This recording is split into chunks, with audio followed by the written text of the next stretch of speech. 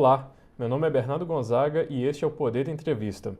Hoje nós vamos conversar com Marta Celier, secretária especial do PPI, o Programa de Parceria de Investimentos do Governo Federal. Marta, muito obrigado por ter aceitado o nosso convite. E eu queria começar com uma pergunta, fazendo um balanço do primeiro semestre. Quanto que o governo arrecadou com os leilões? Foi o esperado? Como que o PPI avaliou esse primeiro semestre? Obrigada, Bernardo, pelo convite. Bom dia. Avaliamos muito bem. Foi um primeiro semestre em que a gente consegue entregar aí vários leilões de infraestrutura, vários ativos que foram leiloados.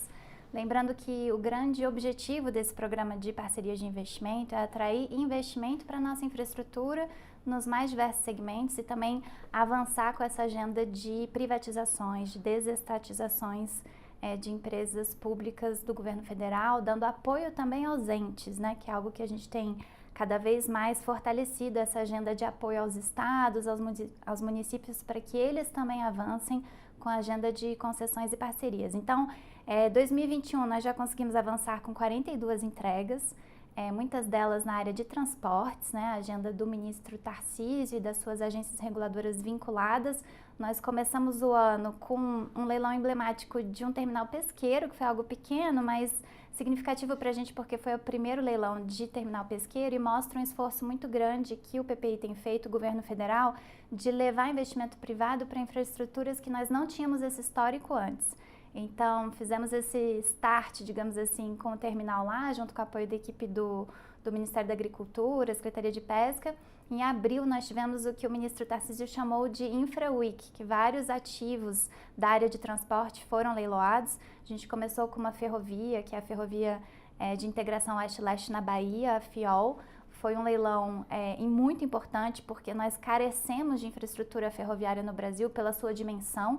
Nós somos ainda muito dependentes do transporte rodoviário, então ficamos muito satisfeitos com esse leilão e com a atração de investimentos que supera 5 bilhões de reais para ligar o interior do estado da Bahia até o porto de Ilhéus. Na mesma semana, tivemos 5 terminais portuários que foram leiloados também na B3, 4 em Maranhão, Itaqui e 1 no sul do país, em Pelotas. E tivemos 22 aeroportos que foram leiloados em 3 blocos, que vão atrair aí mais de 6 bilhões de reais de investimentos. E eu destaco o sucesso do leilão de aeroportos num período em que a gente ainda está se recuperando, né, de um baque na questão do transporte aéreo em função da crise de saúde do coronavírus. Então, teve muita discussão se seria oportuno já em 2021 realizar esses leilões e nós seguimos firmes porque, de novo, esses leilões não são arrecadatórios, né? O objetivo não é trazer caixa para o governo, o objetivo é resolver a falta da infraestrutura e garantir que ao longo dos anos, que esses contratos são de 35 anos, a gente consiga ter o desenvolvimento da infraestrutura para e passo ao aumento da demanda esperada pelo setor. E o setor aéreo no Brasil é um setor que a gente projeta grande taxa de crescimento em função do tamanho do país e do potencial de demanda que a gente tem. Tivemos também 2 leilões de rodovias muito importantes, a 153 Goiás-Tocantins em abril e agora mais recentemente a 163. Ambas fundamentais para a gente atrair investimentos para duplicação, para melhora da segurança dessas rodovias que são pedagiadas. Nós inauguramos um modelo novo, que é um modelo híbrido de leilão. Temos feito um esforço muito grande para não repetir erros do passado em relação a modelagens de rodovia que deixaram a desejar, com cobranças tarifárias e sem a realização do investimento obrigatório. Então, nós revimos muitas coisas para que isso aconteça. A agenda de rodovias atrai muito investimento, então aqui a gente está falando também de leilões que vão estar trazendo mais de 9 bilhões de reais de investimento para o setor rodoviário. Tivemos leilões no setor de energia esse ano também, leilões de geração de energia, vários leilões de geração, um leilão fundamental de transmissão, leilões de mineração com a CPRM, também com a Agência Nacional de Mineração, ofertando áreas de disponibilidade para pesquisa, lavra, etc. Tivemos um parque que também mostra esse esforço da nossa carteira de diversificação, Canela, no Rio Grande do Sul, foi recentemente leiloado, e tivemos também um leilão emblemático que, apesar de não ter sido realizado diretamente pelo governo federal, por ser responsabilidade do Estado, que é o saneamento básico, foi apoiado e estruturado pelo BNDES, de mãos dadas com o governo do Rio de Janeiro, que foi o leilão dos serviços da SEDAI Saneamento. Só esse leilão, Bernardo, da SEDAI, vai trazer 27 bilhões e meio de reais de investimento para levar água tratada e principalmente infraestrutura de esgoto que falta no Rio de Janeiro, a coleta adequada, o tratamento adequado para milhões de pessoas que vão se beneficiar desse leilão exitoso. Então, foram muitos ativos, a gente computa o somatório deles ultrapassando 55 bilhões de reais de investimentos e temos muito mais por vir aí até o fim do ano, então considero que foi um primeiro semestre muito exitoso. Perfeito. A senhora citou a questão do saneamento e eu queria percutir com a senhora uma matéria que saiu essa semana na imprensa que dizia que governadores estão driblando, entre aspas, a legislação para poder manter as suas estatais operando nos estados. Não é a primeira vez que uma matéria dessa sai na imprensa. A senhora acredita que vai ser necessário algum tipo de uma nova lei ou talvez um complemento à nova lei do saneamento ou não? Bernardo, eu acho que a lei prevê corretamente o que deve ser feito em relação a contratos de saneamento básico, né? Fazendo um histórico um pouco, nós tínhamos uma legislação que protegia as estatais de saneamento sem a necessidade de passar por um processo concorrencial. Então, a gente tem um desafio federativo no Brasil em relação ao saneamento, porque a competência originária é do município, por um arranjo antigo, década de 70, criação de estatais no âmbito dos estados. Os municípios acabaram delegando seus serviços para uma companhia estadual pública, que é a grande responsável pelos serviços de saneamento no país, então são estatais vinculadas aos governos dos estados, e nós temos o governo federal como sempre um agente importante de financiamento, de aportes de recurso, de diretrizes, enfim, para o setor. O que nós percebemos? As estatais de saneamento sempre tiveram dificuldade de realizar investimento, como toda estatal tem dificuldade, e além da dificuldade operacional, de realizar, de concretizar a obra, nós tínhamos ainda um cenário muito diferente em relação à quantidade de dinheiro disponível para essas estatais realizarem esses investimentos. Então, crise fiscal na União, crise fiscal nos estados, perspectiva de redução ano a ano, a gente tem visto os investimentos das estatais diminuírem e uma falta de infraestrutura enorme ainda no Brasil, deixando a gente na lanterninha do comparativo com outros países, né?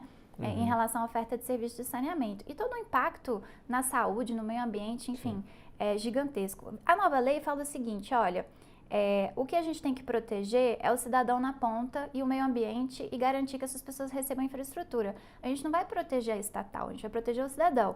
Então, a estatal, para continuar prestando serviço, ela tem que comprovar que ela tem capacidade de universalizar os serviços até 2033. A lei manda que todo brasileiro tenha acesso à água e esgoto até 2033. Então, estatal, você tem capacidade? Tenho. Então, siga prestando serviço. Não tem capacidade?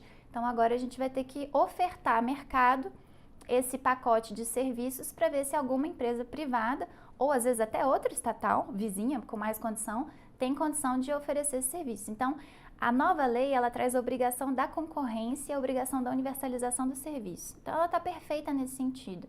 E a gente tem visto aí grandes frutos dessa nova lei desde que ela foi aprovada. Alagoas fez um leilão super exitoso da sua região metropolitana, nós tivemos Cariacica, Espírito Santo, Mato Grosso do Sul fez leilão, Rio de Janeiro agora, e o Rio já volta até o fim do ano com outro bloco, incluindo novos municípios. Estamos com a Amapá, com o edital publicado, e a Amapá fez um trabalho incrível, porque conseguiu reunir todos os municípios num só leilão, em vez de fragmentar. Claro que é um estado menor, então mais fácil, mas ainda assim um esforço muito grande de coordenação política entre esses prefeitos e o governador do estado, e outros projetos que estão em fase adiantada de estruturação. A gente tem visto, e voltando à sua pergunta da matéria, alguns estados querendo ainda proteger as suas estatais, então fazendo uma interpretação da lei de que, eventualmente, se você tiver um arranjo federativo com a presença do Estado, você não precisaria licitar, porque seria uma prestação direta. Então, é uma discussão bastante jurídica, mas eu acho que o que importa é que por trás dela segue ainda um pouco essa mentalidade de colocar a estatal à frente das pessoas. E eu acho que isso naturalmente vai mudar por conta do novo marco e dos bons exemplos. As pessoas vão olhar Alagoas e vão comparar com o estado ao lado, que está protegendo a sua estatal, e vão começar a reclamar com seus representantes, com seus governadores, com seus prefeitos. Eu vejo o saneamento como um caminho sem volta, ou seja, o novo marco foi na direção certa, os leilões estão acontecendo, o serviço vai ser universalizado e as cidades que resistirem, os governos estaduais que resistirem, vão virar os patinhos feios do Brasil, com todas as consequências que isso tem, até para atração de investimentos em outros setores, porque eu lido muito com o investidor de fora. E o investidor de fora, ele quer projeto que tenha escala, que tenha bom retorno, que tenha previsibilidade e segurança jurídica, que tenha impacto positivo do ponto de vista social, impacto positivo do ponto de vista do meio ambiente, que é a famosa carteira ESG. Então, se você tiver que escolher entre investir num estado que está comprometido com a universalização do saneamento, que está atraindo investimentos privados do setor de saneamento, e outro que não está, você está chegando no Brasil, para qual estado você vai? Então, isso naturalmente vai acontecer. E eu acredito que o marco está na direção certa.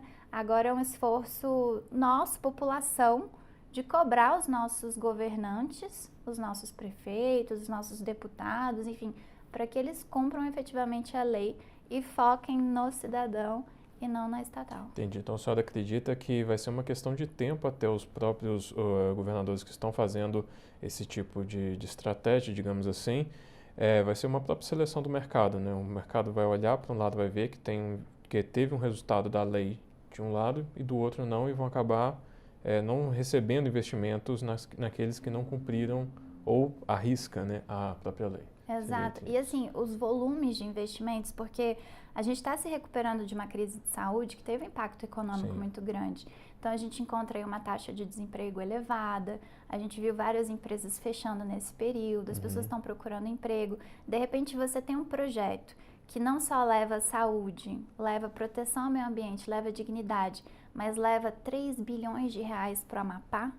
Qual é a outra oportunidade? Entende? Então, dizer não para isso, a gente tem visto, por exemplo, alguns estados com dificuldade de fazer esse arranjo com os municípios.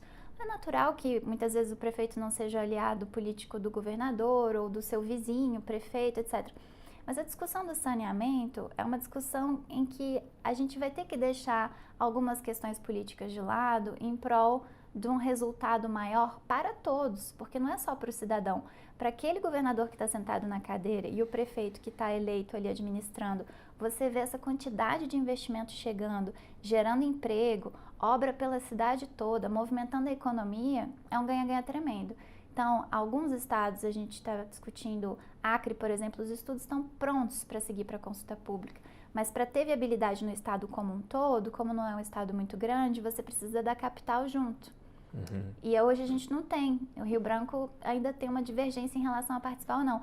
Então, às vezes, a decisão de um prefeito que inviabiliza a universalização do saneamento no estado inteiro, para a população inteira. E as pessoas têm que fazer essa pressão em cima dos seus governantes, para que eles entendam que as pessoas querem esse serviço, querem essa atração de investimentos, não querem ficar para trás nessa corrida, que é a corrida da saúde e a corrida da geração do emprego que o saneamento está proporcionando no Brasil. Sim, perfeito.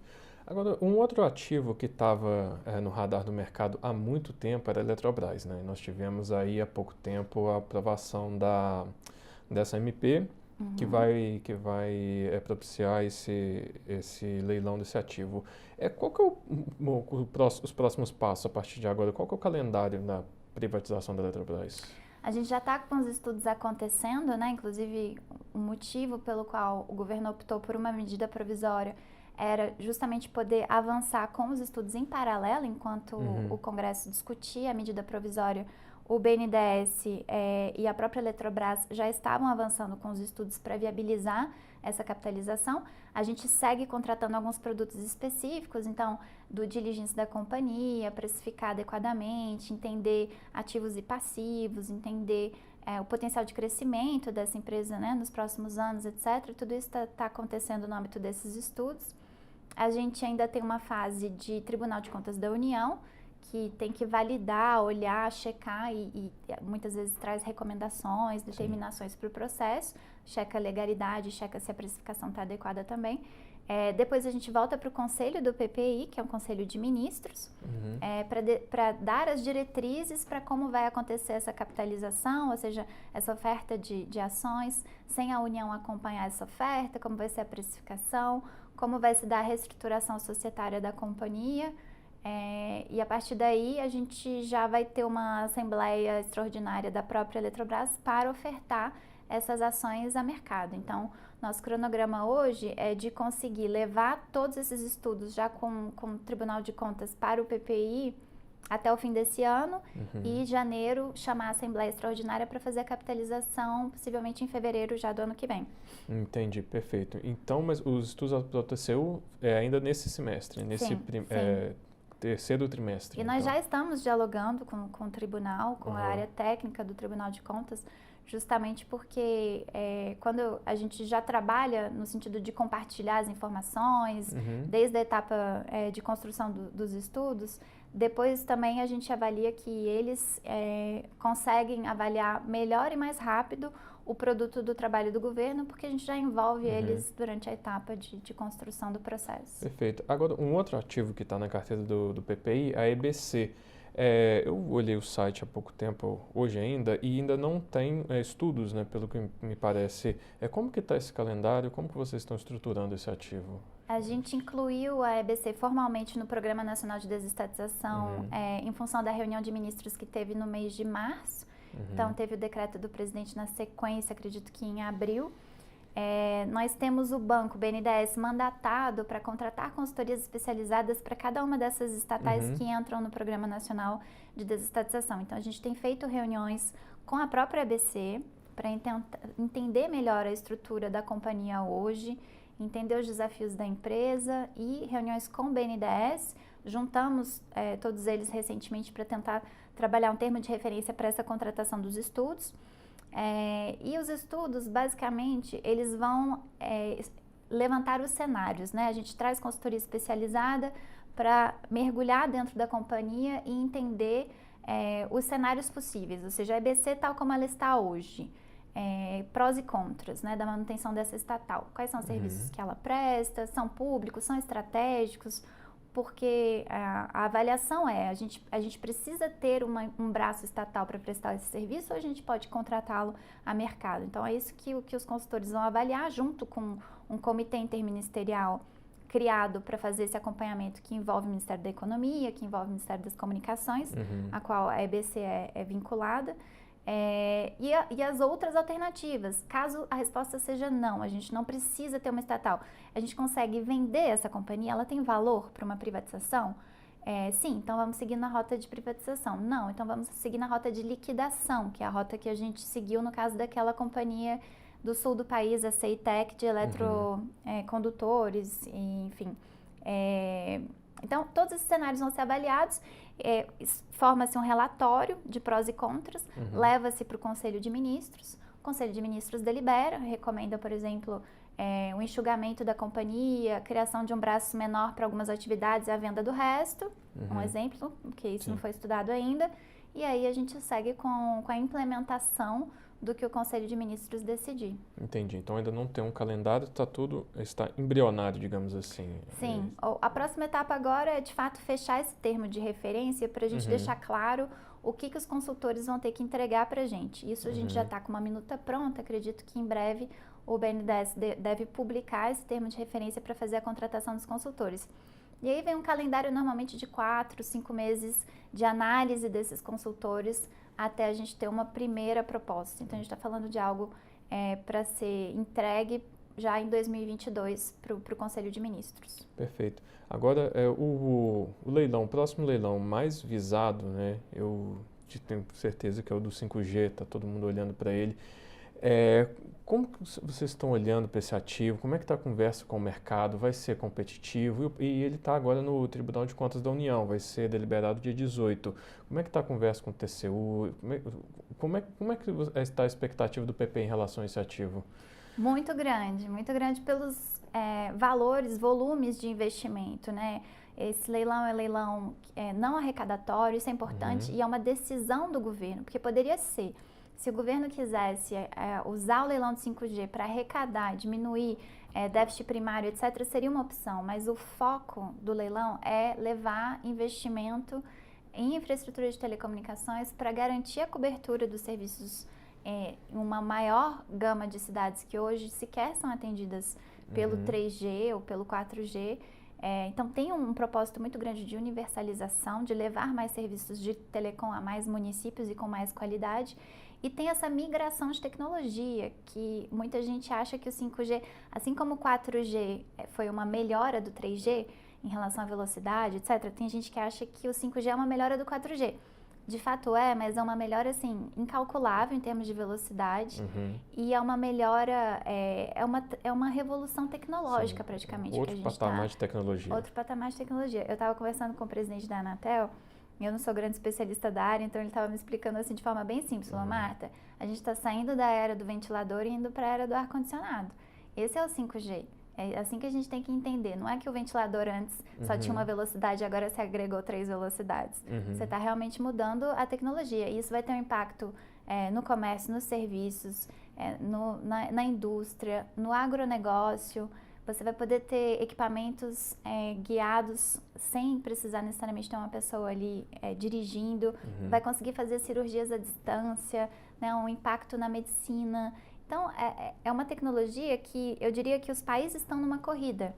Porque os países que largam na frente com esse tipo de tecnologia se tornam muito mais competitivos e crescem mais. Então, o Brasil não pode ficar para trás.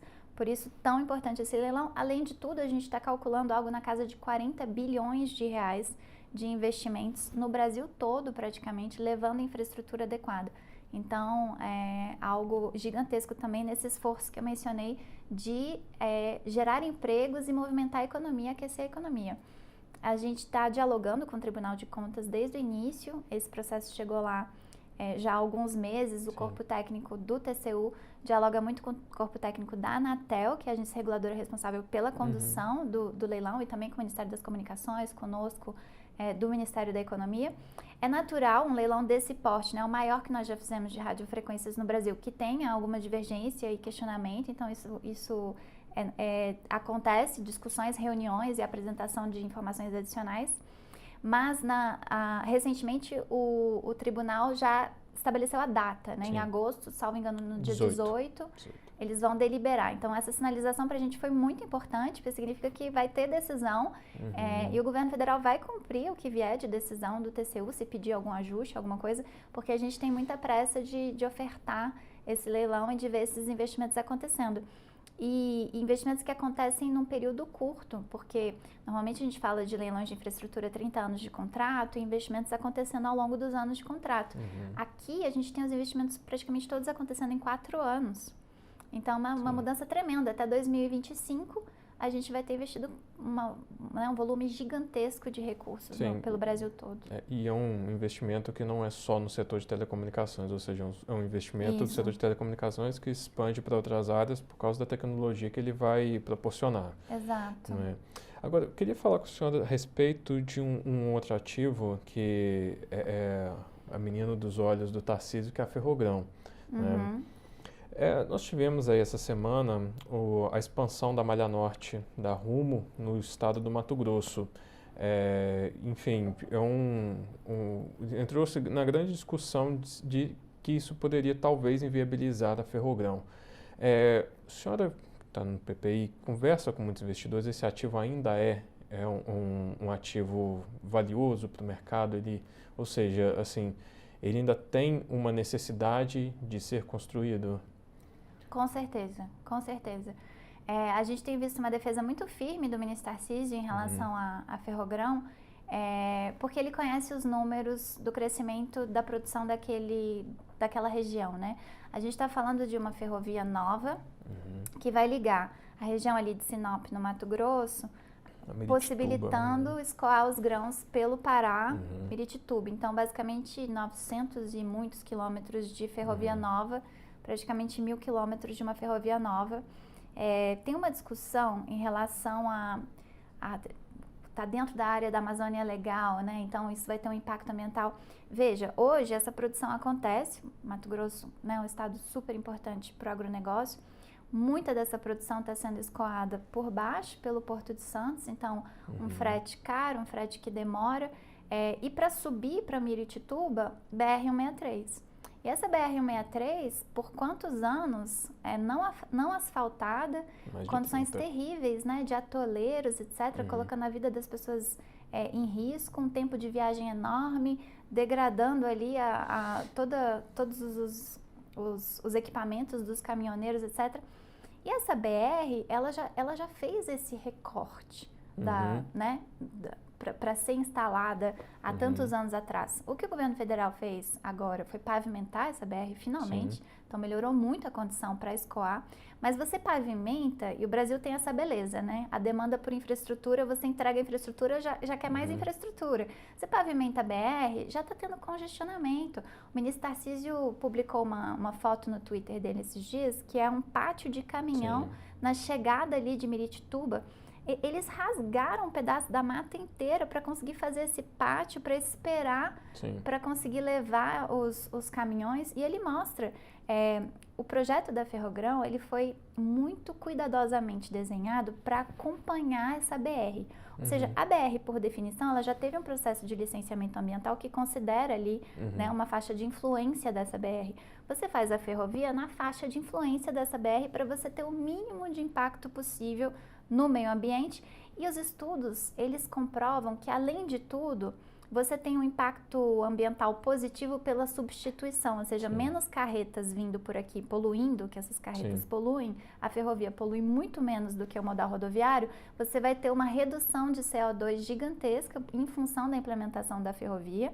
A ferrovia, ela cria um corredor de proteção da mata, diferente da rodovia, que você vê vários clarões se abrindo, de pátios de caminhão e de rodovias paralelas, né, que o pessoal chama de efeito espinha de peixe. A ferrovia não, ela bloqueia a proteção dessa mata, né, dessa floresta, porque ali você não vai ter ruas paralelas a essa ferrovia. Então, você tem esse outro efeito ambiental positivo. Você tem a questão dos acidentes. Sim. A ferrovia não tem a quantidade de acidentes e atropelamentos que a BR tem. E aí a gente está falando de fauna, que tem um impacto ambiental, ou seja, você tem muitos animais que são atropelados nessas rodovias, e a ferrovia, você consegue ter ali um planejamento muito melhor, e vidas, né, acidentes, tudo que a gente conhece de acidentes de rodovias. Então, há uma discussão de substituição que não é verdadeira. Então você vai ter uma ferrovia, isso vai prejudicar os caminhoneiros. Jamais, porque a ferrovia, ela não faz transporte ponta a ponta. Então, quanto mais ferrovia você tiver, mais investimento você vai ter que ter também para levar essa mercadoria depois para o porto, para tal indústria, para tal local. Você vai transformando o transporte rodoviário num transporte de menor custo, que é o melhor remunerado, que é o que o caminhoneiro ganha mais trabalhando em condições melhores, não precisa ficar 4, 5 dias longe da família, não fica com cansaço de uma viagem tão longa que coloca a saúde dele em risco. Então, é um super projeto. Eu tenho muita dificuldade de entender por que as pessoas resistem. Eu vi uma matéria falando que estava vindo uma comitiva de fora do país para fazer pressão contra a Ferrogrão. Aí você olha, os países de onde eles vêm, todos são cobertos de ferrovias. Eu estava vendo o discurso do governo Biden recentemente defendendo novas ferrovias, e o argumento deles é novas ferrovias para gerar emprego, para a gente respirar melhor, porque elas poluem menos do que as rodovias, para a gente conseguir ser mais eficiente, mais produtivo. Aí eu até mandei para o ministro Tarcísio e falei, ministro, a defesa do governo dos Estados Unidos para ter mais ferrovias é a mesma nossa. Mas por que quando é a gente que quer fazer, a gente é tão criticado? A impressão que eu tenho, Bernardo, é que o nosso agronegócio, ele assusta. Porque a gente tem um potencial tão grande, o país é tão rico, e a gente desenvolveu tecnologia de agronegócio. A gente é competitivo no agronegócio. E é natural que os países olhem para o Brasil falando, bom, esse pessoal já sabe o que faz. Qual que é o grande gargalo lá? Infraestrutura. Por que o produto deles é mais caro? Porque falta rodovia, falta ferrovia, falta o porto. Vai que esse pessoal decola, entende? Então, assim, tem uma competição no mundo por esses produtos, por essa eficiência. E eu lamento, o Brasil vai desenvolver a sua ferrovia, está desenvolvendo as suas rodovias, está desenvolvendo o seu porto. e nós seremos ainda mais competitivos com o nosso agronegócio. É isso que de fato vai acontecer. Não, perfeito. A senhora falou muito bem a esse respeito, porque, enfim, é uma ferrovia que já é paralela a uma rodovia já existente, que vai aumentar a competitividade, vai transportar mais carga, né, por um porto, né, por uma região que é o Arco Norte, que vai ajudar a desenvolver essa região, porque ela ainda não é tão desenvolvida quanto o Porto de Santos. E ela tem crescido tremendamente. Só o fato de ter feito os investimentos na rodovia, que nós tínhamos antes não asfaltado, o fato dela ter sido asfaltada, já fez com que a gente aumentasse muito o escoar da carga pela região do Arco Norte. Então, o potencial com a ferrovia é tremendo. Hoje, a gente já consegue ter praticamente de soja a mesma quantidade sendo escoada do que é produzido no Mato Grosso, a mesma quantidade sendo escoada por cima do que está indo pelo Porto de Santos. Então, essa quantidade aumentou enormemente por conta da pavimentação da rodovia. Imagina se a gente tiver a ferrovia. E lembrando que a ferrovia, a Ferrogrão, ela não é um projeto que o governo federal lá atrás sentou e pensou, nossa, acho legal. Ela é um projeto que os produtores da região, fizeram um estudo para ver como tornar a produção deles mais eficiente, como chegar nos portos do Arco Norte, sem contar apenas com a rodovia, com a BR-163. E os investimentos que teriam que ser feitos para duplicar, por exemplo, toda a BR-163, tem impacto igual à ferrovia em termos de obra, de licenciamento, etc. Então, qual que é a melhor solução? Eles chegaram à conclusão, a melhor solução é uma ferrovia, e é uma ferrovia que se paga, porque a demanda por ela é muito relevante. Porque no mundo todo, quem fez investimento ferroviário foi o Estado. Botou dinheiro público, porque é difícil botar o projeto de pé. E a Ferrogrão se paga mesmo com um capex que chega aí a quase 30 bilhões de reais de investimentos. Então, eles batem na porta do governo federal e falam, governo federal, esse projeto tornaria a nossa produção muito mais competitiva, geraria muito emprego para o Brasil, levaria a gente para outro patamar. E aí o governo federal passa, de fato, a estudar o projeto, viabilidade, estudo de demanda, estudo de engenharia, estudo ambiental, viabiliza o projeto por meio até de uma medida provisória que foi encaminhada ao Congresso lá atrás. Essa medida provisória, ela fala, bom, quem sabe os números é o Tarcísio, eu sou péssima de números de cabeça que nem ele. Mas assim, a proporção 0,05 da reserva ali, a gente vai precisar reduzir essa área do parque, 0,05, em compensação, para a gente não ter um retrocesso ambial em função disso, a gente agrega ao parque mais não sei quantos hectares de área de preservação integral. Então, um número gigantesco de hectares adicionais versus ali o percentual de 0,05. Essa medida provisória foi aprovada e hoje está sendo questionado no Supremo Tribunal Federal se nós poderíamos, por medida provisória, ter feito essa redução do 0,05 e não por projeto de lei. Veja, essa medida provisória foi votada, o impacto dela era claramente positivo, porque a área agregada era muito maior do que a área retirada do parque. Então, é essa mesma discussão que está acontecendo ou tem outra discussão por trás? Sim. A senhora faz referência a essa reserva ambiental, o Parque Nacional do Javantim, né, no Mato Grosso, e que é por onde passa um pedaço da ferrovia, e ela tem uma ADIM, né, uma ação direta de inconstitucionalidade que está sendo discutida no Supremo. Agora, a senhora acredita que vai ser revertido? Porque o que nós estamos vendo é que de repente, muita gente virou especialista em ferrovias e estão vindo aqui, né, mandando até carta aberta para bancos internacionais tentando inviabilizar o financiamento da Ferrogrão.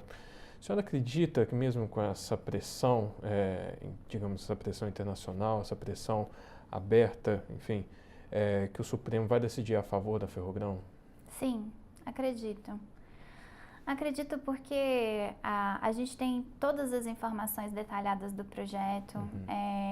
Já tivemos despacho do ministro Tarcísio com o ministro Alexandre, do Supremo. Tem um potencial tão gigantesco esse projeto para o Brasil que seria um retrocesso enorme a gente, por uma questão de discussão de medida provisória versus projeto de lei, não avançar. acredito que a gente vai avançar e temos alternativas. Enfim, se tiver que discutir um novo projeto de lei, se tiver que rever o traçado da ferrovia para a gente sair desse 005, o que vai acontecer se a gente tiver que rever o traçado da ferrovia? Ela vai ser um pouco mais lenta e bastante mais cara. Sim. Mas ainda assim, o projeto para de pé. Então, a discussão jurídica não inviabiliza a Ferrogrão. Por isso eu acredito na Ferrogrão.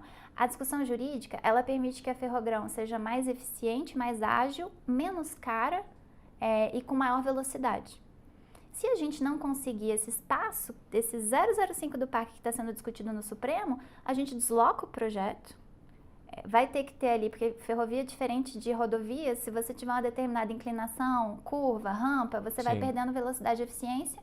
E isso encarece. Eu já pedi para fazerem essas contas, o projeto se torna R$2 bilhões mais caro.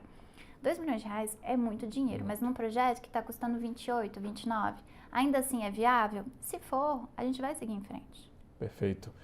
Bom, Marta, muito obrigado por ter aceitado o nosso convite e obrigado a você que nos assistiu aqui até agora. Muito obrigado, até a próxima. Obrigada pelo convite.